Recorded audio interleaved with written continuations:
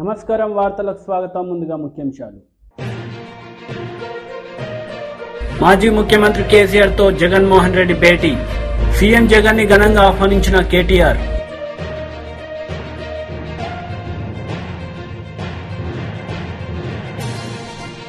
మంత్రి Uttam Kumar Reddy press meet పలు అంశాలపై వివరణ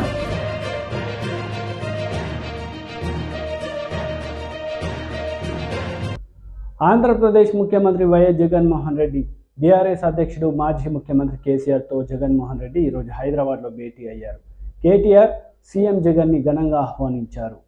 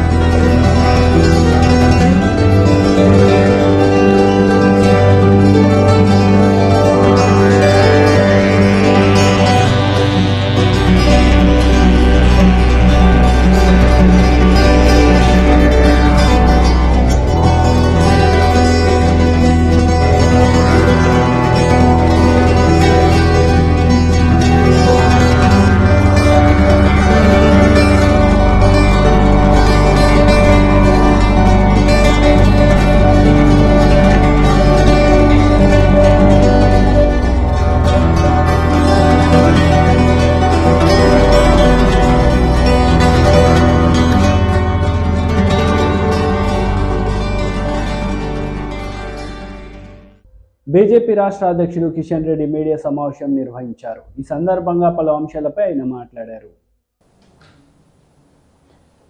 ఉదాహరణకు పొదుపు సంఘాల మహిళలకు ఇవ్వాలనుకుంటే ఎంటైర్ డాటా గవర్నమెంట్ దగ్గర ఉంది. జనధన ఖాతాల డాటా ఉంది. మళ్ళీ ఈరోజు మహిళలను ఎవరికి ఇస్తారు, ఏ స్థాయి వాళ్ళకి ఇస్తారు, దారిద్ర్య రేఖకు దిగునున్నటువంటి మహిళలకు ఇస్తారా, అందరూ మహిళలకు ఇస్తారా, అదేమి చెప్పకుండా దరఖాస్తుల పేరుతో కాలయాపన ఎందుకని అడుగుతా ఉన్నాను. 500కే సిలిండరు. దీని డాటా కూడా రాష్ట్ర పౌర సరఫరాల శాఖ సివిల్ సప్లైస్ దగ్గర టోటల్ డాటా ఉంది. మళ్ళీ ఇది ఏ రకంగా అందులో రేషన్ కార్డులు ఉన్నటువంటి వాళ్ళ డాటా సపరేట్ ఉంటుంది. మళ్ళీ కొత్తగా దరఖాస్తులు ఎందుకని అడుగుతా ఉన్నాం.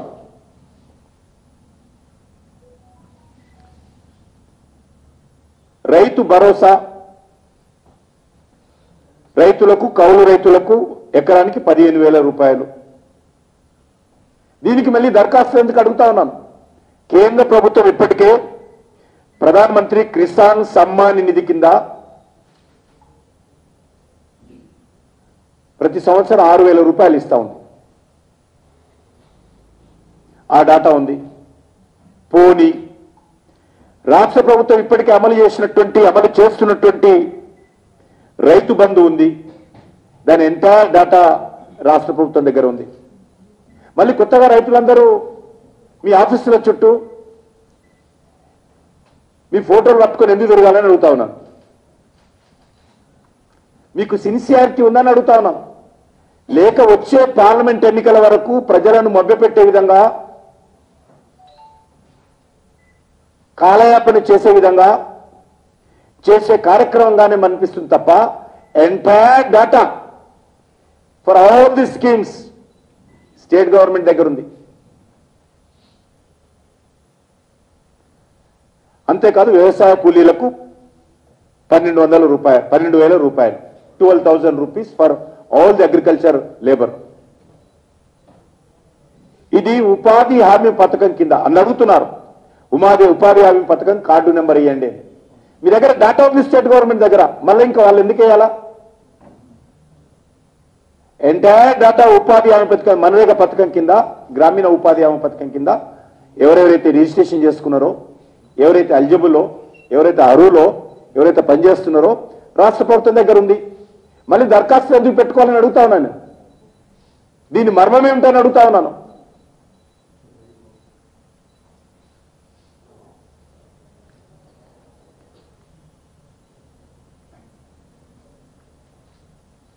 అంతేకాదు ఉద్యమకారులకు 250 గజాల స్థలము నేను ఇంతకుముందు చెప్పాను.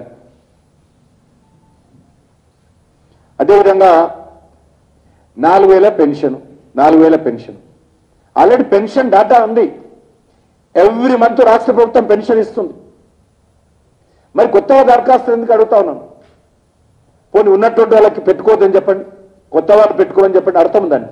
ఇప్పటికే పెన్షన్ వస్తున్నటువంటి వాళ్ళు, ఇప్పటికే మనరేగా కింద దరఖాస్తు గ్రామీణ ఉపాధి హామీ పథకంలో లబ్ధి పొందుతున్నటువంటి వాళ్ళు, ఇప్పటికే రైతు బంధు కింద పొందుతున్నటువంటి వాళ్ళు కాకుండా ఇంకెవరు ఉంటే పెట్టుకోమని చెప్పండి.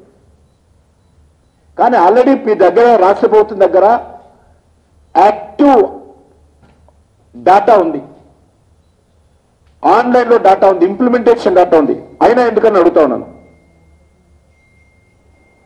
10 లక్షల రాజీవ్ ఆరోగ్యశ్రీ బీమా, ఇది కూడా రాష్ట్ర ప్రభుత్వం దగ్గర ఉంది డాటా.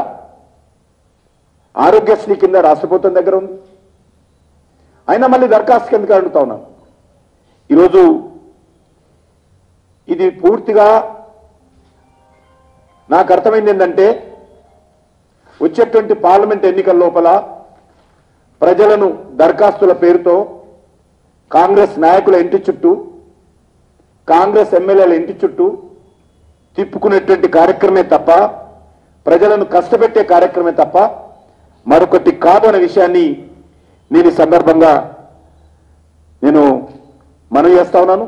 ఇప్పటికైనా రాష్ట్ర ప్రభుత్వము వాళ్ళ దగ్గర ఉన్నటువంటి డాటా తీసుకొని, వాళ్ళు ఇచ్చినటువంటి హామీలు, వాళ్ళకి ఇచ్చినటువంటి షెడ్యూల్ ప్రకారమే నేను వెంటనే ఈరోజే ఇవ్వమని అడగడం లేదు. మీరు 100 డేస్ లోపలిస్తారా, లేకపోతే 50 రోజుల లోపలిస్తారా, 60 రోజుల తర్వాత ఇస్తారా, 420 రోజుల తర్వాత ఇస్తారా, మీ ఇష్టం. కాబట్టి మీరు ఎప్పుడు ఇస్తారు. కానీ ప్రజలను అనవసరంగా ఆఫీసుల చుట్టూ తిప్పి పేదలను కూలీనాలి చేసుకున్నటువంటి బడుగు బలైన వర్గాలను అనవసరంగా ఇబ్బంది పెట్టొద్దనేది మాత్రమే నేను ఈ సందర్భంగా మనవి చేస్తున్నాను. మంత్రి శ్రీధర్ బాబు మీడియా సమావేశం నిర్వహించారు. ఈ సందర్భంగా ఆయన మాట్లాడుతూ కాళేశ్వరం ప్రాజెక్టులో అవినీతి జరిగిందని ఆయన ధ్వజమెత్తారు. ప్రజలు తీర్పిచ్చిన తర్వాత నెల రోజులు గడిచిన తర్వాత శాసనసభ్యుల ప్రమాణ స్వీకారోత్సవం చేసి, దాని తర్వాత పూర్తి స్థాయిలో దాదాపు 2 నెలలు గడిచిన తర్వాత వారి ప్రభుత్వాన్ని నడిపేయటానికి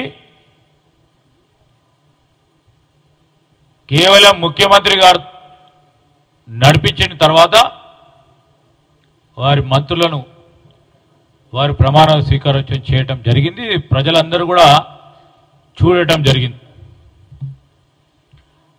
ఆ విధంగా 2018లో ప్రజలు ఇచ్చిన తీర్పును చాలా అలసుగా తీసుకొని, బాధ్యత లేకుండా ప్రభుత్వ యంత్రాంగాన్ని ఇష్టారాజ్యంగా అడ్డగోలుగా నడిపే ప్రయత్నం చేసింది కనుకనే ఈరోజు ప్రజలు కాంగ్రెస్ పార్టీ ద్వారానే పేదవారికి, సామాన్య ప్రజానికానికి, ఉద్యోగస్తులందరికీ మేలు జరుగుతుందని తీర్పునిచ్చిండ్రు. ఆ తీర్పును గౌరవిస్తూ ప్రభుత్వం ఏర్పాటైన 48 గంటల్లోనే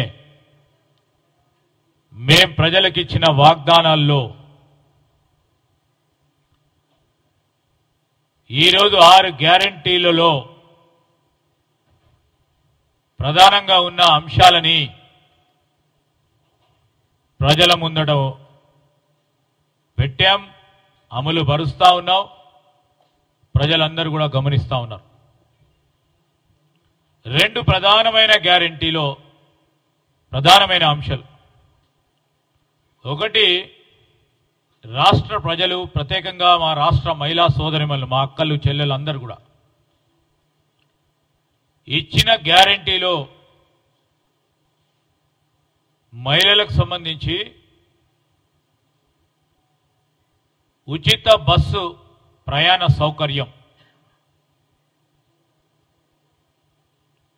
రాష్ట్ర వ్యాప్తంగా 6.5 కోట్ల జీరో టికెట్స్ ని ఈ రాష్ట్ర మహిళా సోదరిమణులకు ఇవ్వటం జరిగింది. అంటే ఒక మహిళా సోదరిమణి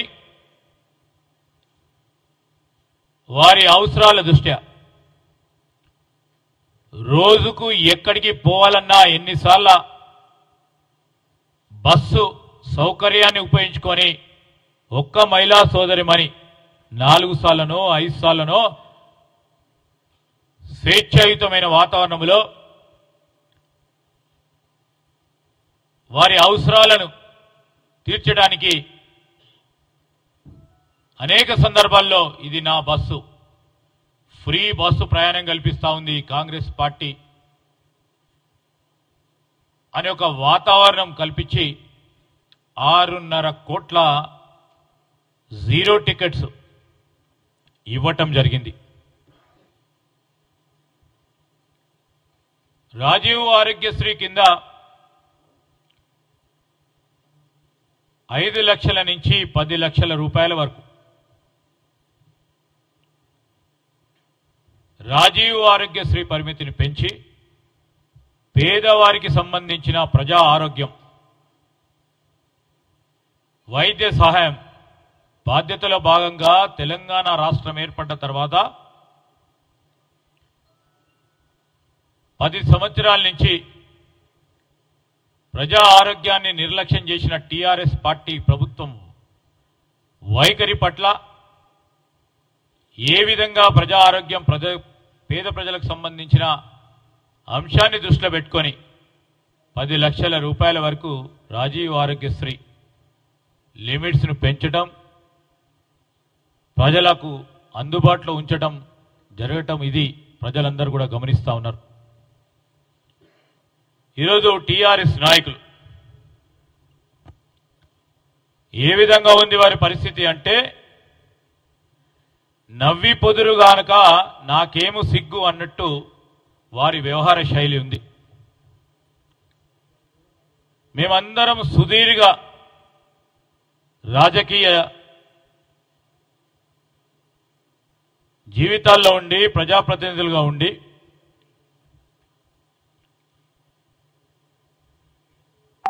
వారి టీఆర్ఎస్ నాయకుల వైఖరి చూస్తూ ఉంటే మాకు అందరికీ కూడా వారిపైన జాలేస్తోంది, సిగ్గు అనిపిస్తూ ఉంది. ఈరోజు టీఆర్ఎస్ నాయకుల వ్యవహారం ఏ విధంగా ఉందంటే, 10 సంవత్సరాలు కాదు, ఈరోజు అధికారం వారి సొంతంగా, ఇంకెవరు ఈ రాష్ట్రాన్ని పాలించొద్దు అని నియంతృత్వ ధోరణి ఈనాటి వరకు కూడా ఓడిపోయినా వారి వ్యవహార ధోరణిలో ఏమాత్రం మార్పు రాలేదని స్పష్టంగా కనబడతా ఉంది.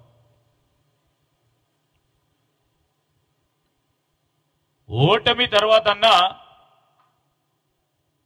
ప్రజలకు సంబంధించిన నాడిని అర్థం చేసుకుంటారని మేము ఆశించినాం.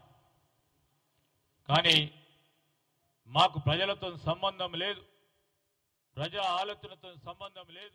జయహో బీసీ వర్క్షాప్లో టీడీపీ అధ్యక్షుడు నారా చంద్రబాబు నాయుడు పాల్గొన్నారు. ఈ సందర్భంగా ఆయన ప్రసంగించారు.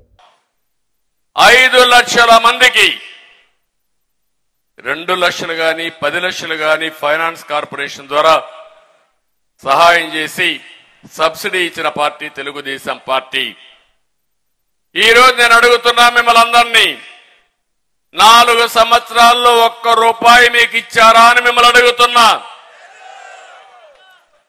ఇంత మునుపు కూడా రాజశేఖరుడు ఉన్నప్పుడు నేను సవాలు విసిరేవాడిని. ఒక 2-3 కార్పొరేషన్లు పెట్టి అక్కడ కుర్చీలు బెంచీలు కూడా లేకుండా నిన్ను కార్పొరేషన్ చైర్మన్ ఇచ్చాం, నువ్వు పోయి పని చేసుకోమంటే ఎక్కడ కూర్చోవాలో తెలియని పరిస్థితి ఆ రోజు.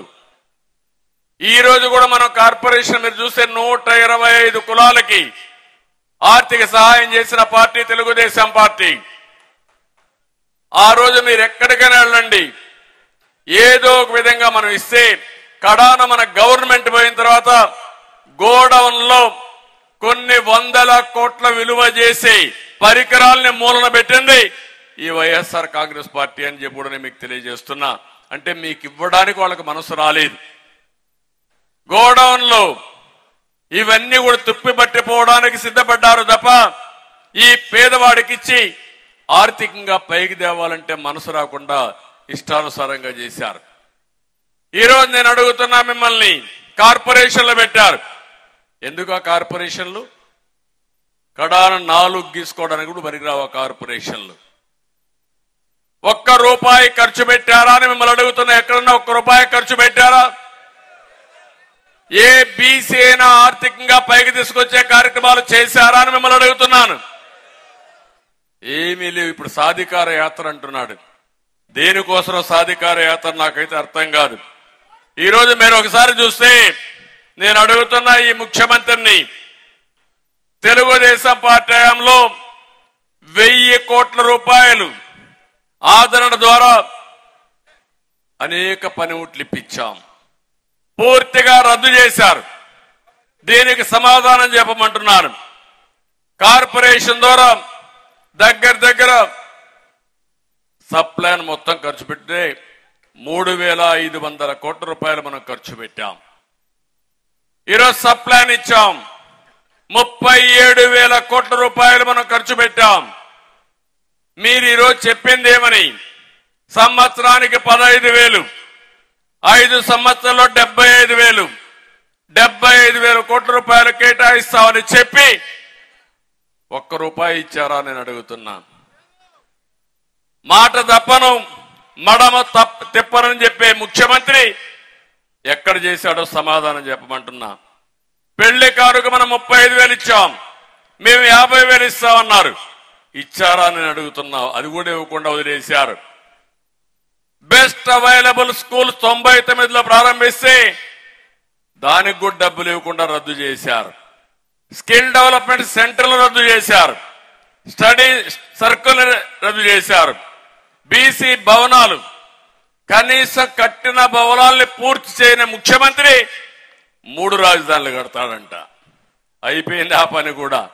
సుప్రీంకోర్టులో స్పష్టంగా ఏప్రిల్ తర్వాత పోస్ట్ చేశారు కాబట్టి 3 రాజధానుల ముచ్చట అయిపోయింది. మళ్ళీ ఒకే రాజధాని, అదే అమరావతి, అదే పూర్తి చేస్తాం తెలుగుదేశం పార్టీ.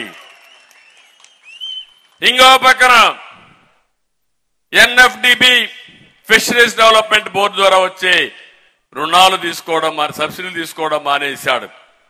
ప్రధానమంత్రి మత్స్య సంపద యోజన ద్వారా వచ్చే డబ్బుల్ని తీసుకోవడం రద్దు చేశాడు. చంద్రన్న బీమా రద్దు చేశాడు.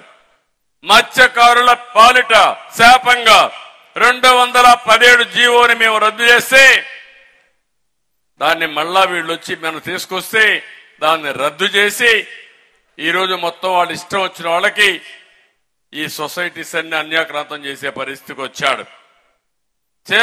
చేప పిల్లల పెంపకం మనం చేపడితే అవి కూడా వదిలేశాడు. బోట్ల ఆధునీకరణ వదిలిపెట్టాడు. రజకులకు వాషింగ్ మెషిన్లు ఇస్తే అవి కూడా తీసేశాడు. ఇంకో పక్కన మహిళలకు పారిశ్రామిక రాయితీలు ఇస్తే అవి తీసేశాడు. థ్రిఫ్ట్ ఫండ్ పోయించే నేత కార్మికులకి ట్రైనింగ్ ప్రోగ్రామ్.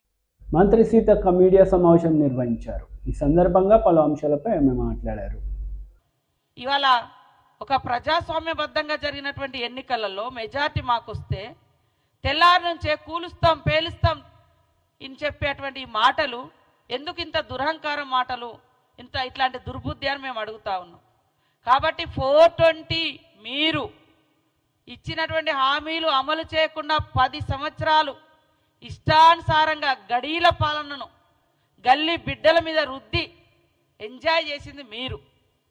మేము అధికారానికి వచ్చిన మరుక్షణం నుంచే ప్రజల కోసం ఎలాంటి అభివృద్ధి కార్యక్రమాలతో పాటు ఇచ్చిన ప్రతి హామీని అమలు చేయాలని ఆలోచిస్తున్నది మా కాంగ్రెస్ ప్రభుత్వం. అదే కాకుండా ఆటోల విషయంలో ఇవాళ మహిళలకు ఒక ఆర్థిక స్వేచ్ఛను, ఆర్థిక స్వతంత్రతను, ఆర్థిక స్వావలంబనను కలిగించాలి. వాళ్ళ అవసరాలన్నీ తగ్గించుకుంటున్నారు, మహిళలు బయటికి రాలేకపోతున్నారు, వాళ్లకు ఒక ఆర్థిక భారం పడకుండా ఉండాలని ఫ్రీ బస్ చేస్తే అత్యంత దుర్మార్గంగా ఆటో డ్రైవర్లను, ఆటో వాళ్ళను రెచ్చగొడుతూ రోడ్ల మీదకి తీసుకొచ్చి ఇది ఉద్యమము అంటారు, లేదా వాళ్ళ కడుపు కొడుతున్నారు అంటారు. మా మేనిఫెస్టో చైర్మన్ శ్రీధర్ బాబు గారు ఆటో బస్సుల యొక్క ఫ్రీ బస్ పెట్టేటప్పుడు కూడా కొంతమంది ఆటో యూనియన్లతో డిస్కస్ చేసి వాళ్ళకి ఎలాంటి రాయితీలు కావాలో కూడా మాట్లాడడం జరిగింది. భవిష్యత్తులో కూడా వాళ్ళని ఆదుకోవడానికి కూడా సిద్ధంగా ఉంది. కానీ ఇంకా ఎలాంటి సమస్య లేనట్టుగా ఒక ఆడకూతుర్లు వచ్చి స్వేచ్ఛగా బస్సులలోకి వస్తే ఈ ఫ్యూడల్ భావజాలం కలిగినటువంటి మహిళలంటే చిన్న చూపు చూసేటువంటి ఈ టీఆర్ఎస్ పార్టీ, మహిళలంటే తీవ్రమైనటువంటి వివక్షతకు గురి చేసేటువంటి ఈ టీఆర్ఎస్ పార్టీ మహిళలు బయటికి వస్తే తట్టుకోలేక ఉచిత బస్సు ప్రయాణం మీద అక్కసు వెళ్ళగక్కుతున్నారు.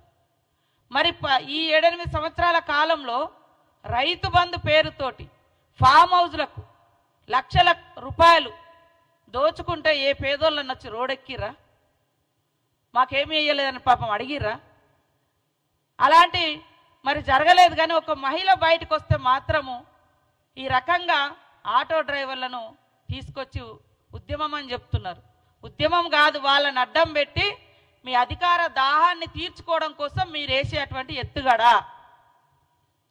కాబట్టి ఇవాళ టీఆర్ఎస్ పార్టీ 420 పార్టీ 10 సంవత్సరాలు ఇది అది అని తేడా లేకుండా అందిన కాడికంతా దోచుకొని ఆ దోచుకున్నదంతా బయటకు వస్తుంటే ఇవాళ దాన్ని తట్టుకోలేక ఇలాంటి దుష్ప్రచారాలకు ఒడిగడుతున్నారు. కాంగ్రెస్ పార్టీ ఇచ్చిన మాట కట్టుబడి ఉండే పార్టీ అని స్పష్టంగా చెప్తా ఉన్నాం. ఇవాళ వాళ్ళు పెట్టినటువంటి బడ్జెట్లు చూస్తే బడ్జెట్ బారెడు, ఖర్చు శారెడు. మరి వచ్చినటువంటి నిధులను కూడా తమ ఇష్టానుసారంగా తమకు నచ్చిన పథకాల పేరుతోటి కమిషన్లు వచ్చేటువంటి వాటి కోసం లక్షల కోట్లు ఖర్చు పెట్టి ఇవాళ మేము శ్వేతపత్రం రిలీజ్ చేస్తే వాళ్ళట శ్వేతపత్రం అట. ఏడ కష్టపడ్డారు? ఎవరి త్యాగాల మీద వచ్చింది ఇది? తెలంగాణ బిడ్డల త్యాగాల మీద వస్తే, ఉద్యమాల మీద వస్తే ఉద్యమకారులను అణిచివేసిన చరిత్ర. ఉద్యమం చేసుకోకుండా ఒక ధర్నా చౌక్ లేకుండా చేసిన 420 మీరు, మేము కాదు. ఇక్కడ కాంగ్రెస్ పాలనలో ప్రజాస్వామ్యము కనబడుతుంది కాబట్టి ప్రజలందరూ స్వేచ్ఛగా ఉన్నారు. అనేక రకాల దుష్ప్రచారాలు చేసి తమ యొక్క వ్యక్తిగత స్వార్థం కోసం కాంగ్రెస్ పార్టీ మీద దుష్ప్రచారం చేస్తూ ఉన్నారు. ఇది మంచిది కాదు. ఇలాంటి దుర్మార్గపు విధానాలను ప్రజలు సహించరు అనే విషయాన్ని గుర్తుపెట్టుకోండి. ప్రజలారా ఆలోచించండి. ఇవాళ బంగారు తెలంగాణ, బంగారు తెలంగాణ అంటే నిజంగానే అందరికీ భ్రమ కల్పించారు తప్ప ఆడికి పోతే 6 లక్షల కోట్ల పైగా అప్పుల తెలంగాణ మిగిల్చిరు. కేసీఆర్ ప్రభుత్వం గతంలో బంగారు తెలంగాణ, బంగారు తెలంగాణ అంటే నిజంగా దేశమంతా బంగారం అనుకున్నాం. మనం కూడా ఇక మనకు రాకపోతుందా అని ఒకసారి రెండోసారి అవకాశాలు ఇచ్చారు. కానీ ఒక్కొక్కరి మీద లక్షల కోట్లు. మంత్రి కేటీఆర్ మీడియా సమావేశం నిర్వహించారు. ఈ సందర్భంగా పలు అంశాలపై ఆయన మాట్లాడారు.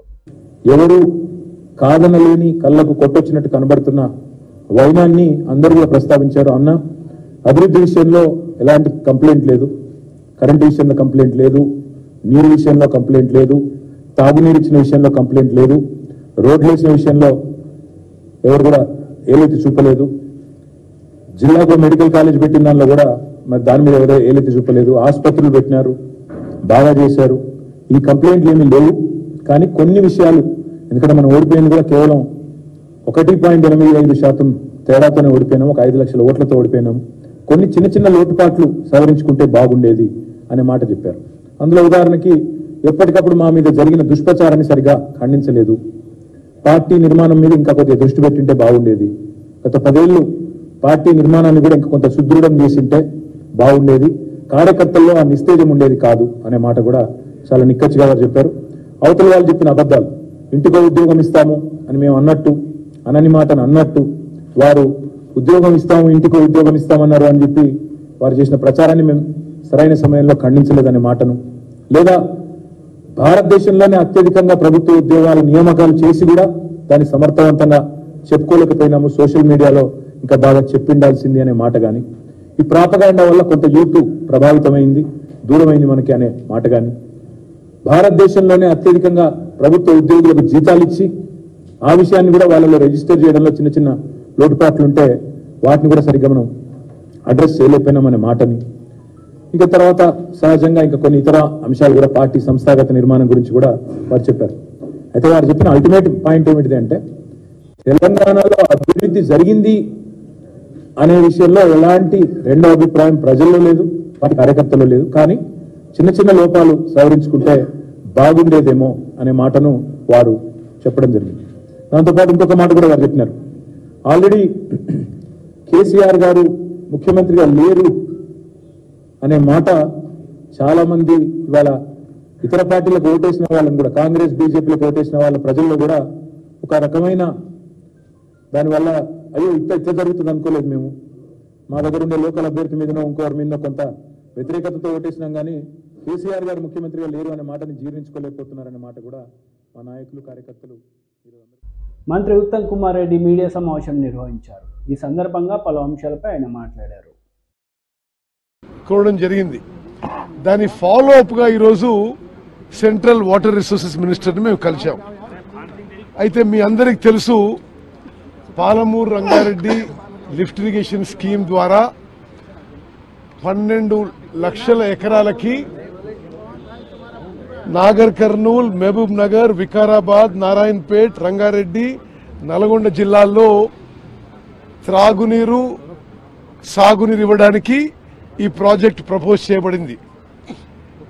దీని కింద 90 టీఎంసీల నీళ్లు 60 రోజుల్లో లిఫ్ట్ చేసి ఉపయోగించే ప్రణాళిక ఇది. ఈ ప్రాజెక్టులో 1200 గ్రామాలకి 1200 విలేజెస్కి 6 జిల్లాల్లో మంచినీళ్ళు ఇవ్వడం, 12,30,000 ఎకరాలకి నీళ్లు ఇవ్వడం. మరి ఈ ప్రాజెక్ట్ ఆ విధంగా ముందుకు పోతుంది. ఈ ప్రాజెక్ట్ గురించి సుదీర్ఘంగా షెకావత్ గారితో డిస్కస్ చేశాము. మరి ఈ ప్రాజెక్ట్కి తొందరగా సెంట్రల్ వాటర్ కమిషన్ అప్రూవల్ ఇవ్వవలసిందిగా, అదేవిధంగా మరి మేము అడిగింది నేషనల్ ప్రాజెక్ట్ స్టేటస్ ఇచ్చి 60% ఫండింగ్ కేంద్ర ప్రభుత్వం భరించవలసిందిగా మేము వారిని రిక్వెస్ట్ చేశాం. అయితే ఈ ప్రాజెక్ట్కి తెలంగాణ రాష్ట్రానికి 90 టీఎంసీల ఈ నీటి కేటాయింపులు ఉన్నాయని, 45 టీఎంసీలు మైనర్ ఇరిగేషన్లో అండర్ యూటిలైజేషన్ కింద, అదేవిధంగా గోదావరి వాటర్ డైవర్షన్ కింద మరో 46 టీఎంసీలు, దీని ద్వారా 90 టీఎంసీ తెలంగాణకు ఆల్రెడీ ఉన్నాయి. ఇది పాలమూరు రంగారెడ్డి స్కీమ్లో ఉపయోగించుకునే విధంగా మీరు సిడబ్ల్యూసీ పర్మిషన్ ఇవ్వాలని చెప్పి కోరడం జరిగింది. అయితే సుదీర్ఘ చర్చల తర్వాత మరి central water resources minister Shekhawat గారు మాకేం చెప్పారంటే, ఈ నేషనల్ ప్రాజెక్ట్ అనే విషయం ఇప్పుడు మా ప్రభుత్వం ఆ విధంగా ముందుకు పోవడం లేదు, కానీ ఈ ప్రాజెక్ట్కి మేము వేరే స్కీమ్ కింద మేము ఫండింగ్ చేస్తాము. తప్పనిసరిగా ఈ స్కీమ్కి అన్ని విధాలుగా పాలమూరు రంగారెడ్డి లిఫ్ట్ ఇరిగేషన్ స్కీమ్కి కేంద్ర ప్రభుత్వం మద్దతు, ఫండింగ్ ఉంటుందని చెప్పి ఈరోజు గౌరవ ముఖ్యమంత్రి గారికి నాకు హామీ ఇవ్వడం జరిగింది. వారు ఏం చెప్పారంటే, నేషనల్ ప్రాజెక్ట్ వచ్చినా మీకు 60-40 ఫండింగ్ ఉంటుంది. మేమేం చెప్పినామంటే, ఇందులో ఆల్రెడీ 40% ఫండింగ్ స్టేట్ గవర్నమెంట్ పెట్టిందని. సరే, తప్పనిసరిగా మేము వేరే స్కీమ్ కింద 60% ఫండింగ్ పెట్టే ప్రయత్నం చేస్తామని చెప్పి ఈరోజు కేంద్ర మంత్రివర్యులు మాకు హామీ ఇవ్వడం జరిగింది. సరే, కాళేశ్వరం గురించి ఈరోజు మీటింగ్ కాదు, ఇది Palamuru Rangareddy lift irrigation scheme గురించి మీటింగ్.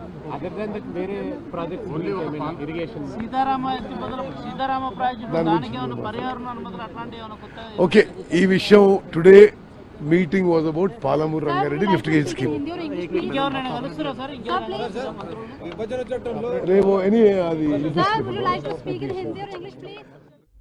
వార్తలు ముగించే ముందు ముఖ్యాంశాలు మరోసారి.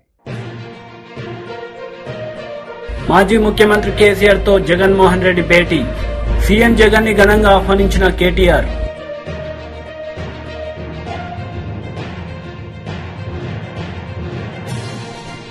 మంత్రి ఉత్తమ్ కుమార్ రెడ్డి ప్రెస్ మీట్, పలు అంశాలపై వివరణ.